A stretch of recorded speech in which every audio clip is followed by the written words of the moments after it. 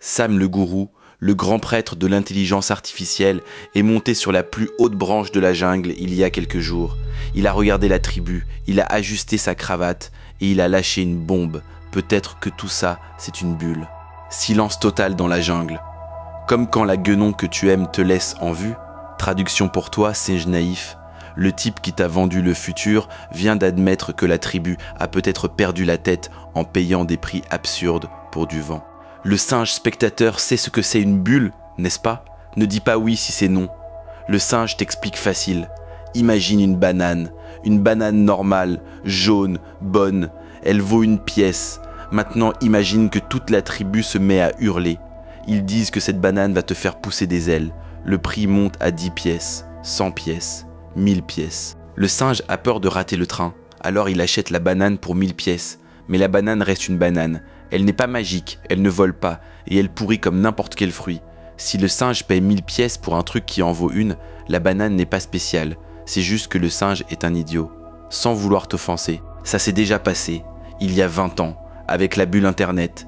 Les singes achetaient des entreprises qui ne vendaient rien, qui avaient juste des jolis logos et des noms qui finissent par .com. Aujourd'hui, les singes achètent des robots qui ont l'air d'avoir pris de la drogue et qui écrivent des poèmes nuls. Mais pour comprendre la grande arnaque, ne regarde pas l'écran. Il faut suivre la trace des pots de bananes. Chapitre 1. Le cercle des bananes invisibles. Le vrai roi de la jungle, ce n'est pas le lion, c'est le gorille Nvidia. Le gorille Nvidia a le business parfait. Il ne cherche pas d'or. Il ne perd pas son temps à programmer des robots qui essaient de draguer le singe spectateur. Lui, il vend les pelles et les pioches. Il vend les puces. Les puces sont obligatoires. Si un singe veut jouer au jeu de l'IA, il doit passer à la caisse et payer la taxe au gorille Nvidia. Et il paie d'avance toujours. Si le singe trouve un trésor numérique qui change le monde, tant mieux pour lui. S'il ne trouve rien, il se ruine et finit sous un cocotier. Le gorille Nvidia, lui, a déjà ses pièces. Il gagne à tous les coups. C'est comme de la magie noire financière. Le prix de l'action de Nvidia monte jusqu'à la lune. Pourquoi? Parce que le dernier singe arrivé paie plus cher que celui d'avant. C'est l'échelle des imbéciles. Chaque singe achète en espérant qu'un autre singe plus bête viendra lui racheter son papier plus cher. Mais attends, singe spectateur, si tu croyais que les marchés se régulent tout seuls, regarde ça. Babouin Bill est le chef de Microsoft. Il donne 10 000 pièces à Sam d'OpenAI. Sam dit « Merci Bill ». Et qu'est-ce qu'il fait avec ces pièces? Il les donne au gorille Nvidia pour acheter des puces. Les profits de Nvidia explosent. Ils annoncent des bénéfices records. Les singes investisseurs voient des graphiques verts et deviennent fous. Ils achètent encore plus d'actions et trinquent à l'eau de coco. Mais c'est là que ça devient drôle. Le gorille Nvidia, avec ses poches pleines, prend ces mêmes pièces et investit. Chez qui? Chez Sam. C'est un cercle parfait. Babouin Bill donne à Sam, Sam achète à Nvidia, Nvidia investit chez Sam, personne ne crée de vraie valeur. Il n'y a pas plus de bananes sur la table, ils font juste tourner les mêmes pièces très vite pour faire croire qu'il y a une activité économique géniale. Sur le papier, tout le monde a l'air riche. Sam vaut des milliards. Le gorille Nvidia est l'entreprise la plus chère de l'univers. Babouin Bill passe pour un génie. Mais c'est le jeu du jeu te doit une banane.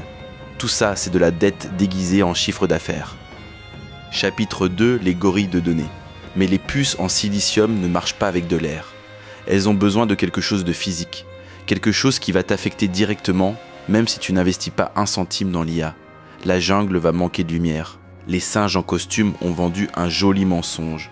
Ils appellent ça le cloud, le nuage. Ça sonne comme de la vapeur blanche et douce qui flotte dans le ciel, où tes données vivent heureuses en jouant de la harpe. Mensonge. Le nuage, ce n'est pas de la vapeur magique. Le nuage, ce sont des bunkers en béton géant, sans fenêtres, avec des couloirs infinis, des machines qui hurlent de chaleur et des ventilateurs industriels qui rugissent comme des moteurs de camion. Ça s'appelle des data centers, et ça bouffe plus d'électricité que toute la jungle réunie. On va les appeler les gorilles de données. Les gorilles de données de l'IA consomment déjà 1,5% de toute l'énergie mondiale. Ça paraît peu? Les singes patrons veulent doubler ce chiffre en 2 ans. C'est comme un singe qui dit « je vais juste renifler une fourmi » et qui finit par sniffer la fourmilière et la montagne avec. Le plus gros problème, c'est aux Bananes Unies, les États-Unis. Leur réseau électrique est vieux. Les câbles datent des années 70. Ils tiennent avec du scotch et de la boue. Ils n'ont pas prévu que chaque singe aurait un super ordinateur dans sa poche pour demander à ChatGPT comment éplucher une banane. Résultat, les transformateurs explosent, les lignes chauffent, il n'y a plus de place pour brancher quoi que ce soit. Et tu sais pourquoi ça te concerne ? Parce que la loi de l'offre et la demande est cruelle. Quand les gorilles de données achètent toute l'électricité, le prix monte pour tout le monde. Ta facture de lumière va exploser. La clim va coûter plus cher. Les bananes réfrigérées vont coûter plus cher. Tout ça parce que ton voisin a demandé à ChatGPT de dessiner un chat astronaute avec un cigare. Les singes gâchent la lumière, chauffent la planète et vident tes poches. Chapitre 3. Le retour de bâton du robot. La question est-ce que ça vaut le coup ? Le MIT, l'Institut des singes savants, a sorti un rapport et c'est moche.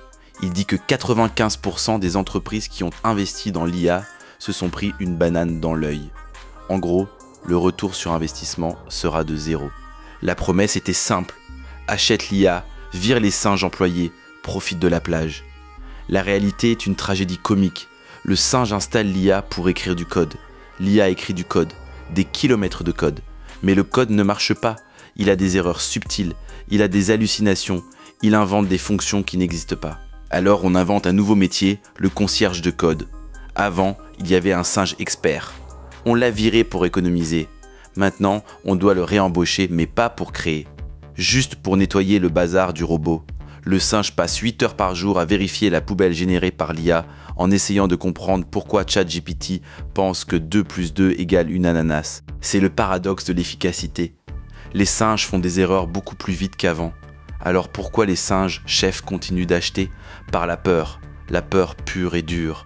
Le FOMO. Jojo est le chef d'une usine de chaussures. Il voit que le chef de l'usine de chapeaux a acheté l'IA.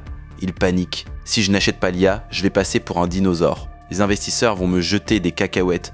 Alors Jojo hurle à son assistant, achète pour 10 millions d'IA. Je m'en fous, à quoi ça sert ? Ils achètent la technologie, non pas parce qu'elle est utile, mais pour maquiller leur business, comme un vieux singe qui met du rouge à lèvres. Et cette technologie est aussi stable qu'un singe bourré sur un monocycle. Ils mettent à jour le logiciel tous les mardis sans prévenir. Les singes construisent leur business sur ces fondations. Et le mardi matin, pouf, on change le cerveau du robot. Tout s'écroule. On ne peut pas construire une maison sur de la gelée. Conclusion. Alors, l'intelligence artificielle, c'est une bulle ou pas ? Oui, ami singe. Tout ce qui brille n'est pas une banane d'or. Beaucoup d'entreprises d'IA sont du vent. Mais on ne peut pas nier que la technologie est un grand bond en avant. La différence, c'est que certaines apportent une vraie valeur et d'autres de la fiction. Et la fiction, ça ne marche que dans les films de singes. Le singe spectateur sait qui adore l'IA par-dessus tout. Correct, c'est le fisc, qui va s'assurer que même le dernier robot paie ses impôts. Regarde la vidéo que le singe a faite avec amour sur le fisc, juste ici.